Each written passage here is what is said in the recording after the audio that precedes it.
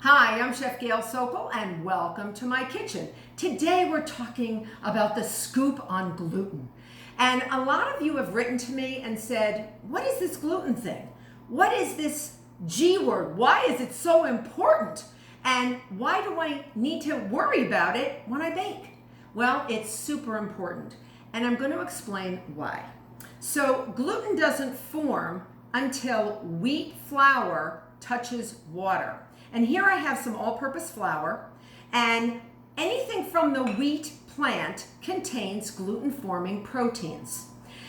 Things like all-purpose flour, like I have here, whole wheat flour, white whole wheat flour, cake flour, pastry flour, all contain gluten-forming proteins.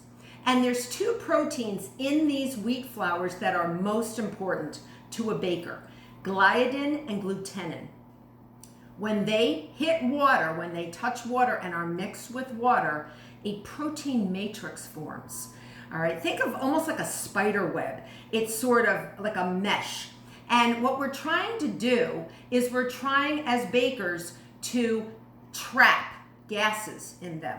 Gases like carbon dioxide, steam, air. You know the secret ingredient when you mix a batter, you always get air into it? That's important to the leavening of your baked good. Or when we undergo the fermentation process with a yeast bread, what does it do? The yeast give off a byproduct, carbon dioxide. So how do we keep all these gases in the dough? Gluten.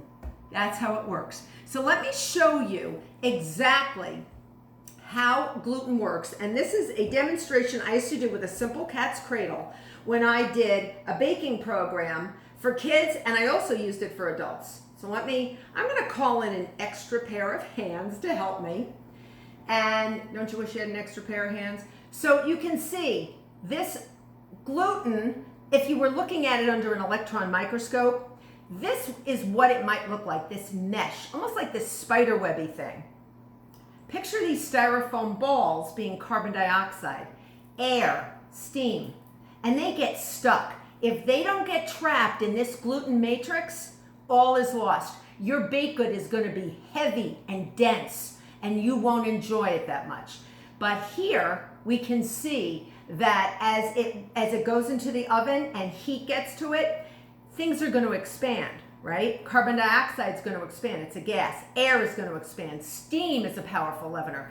And this dough or batter is going to stretch that gluten matrix and actually help everything puff up and rise.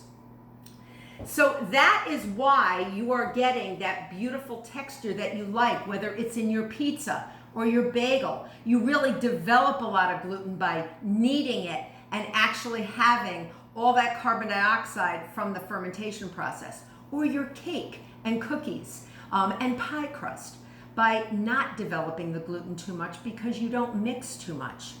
So that's the lowdown on gluten. I hope this really clarifies a lot. So I hope you've enjoyed this video. I hope you become a subscriber. Till next time.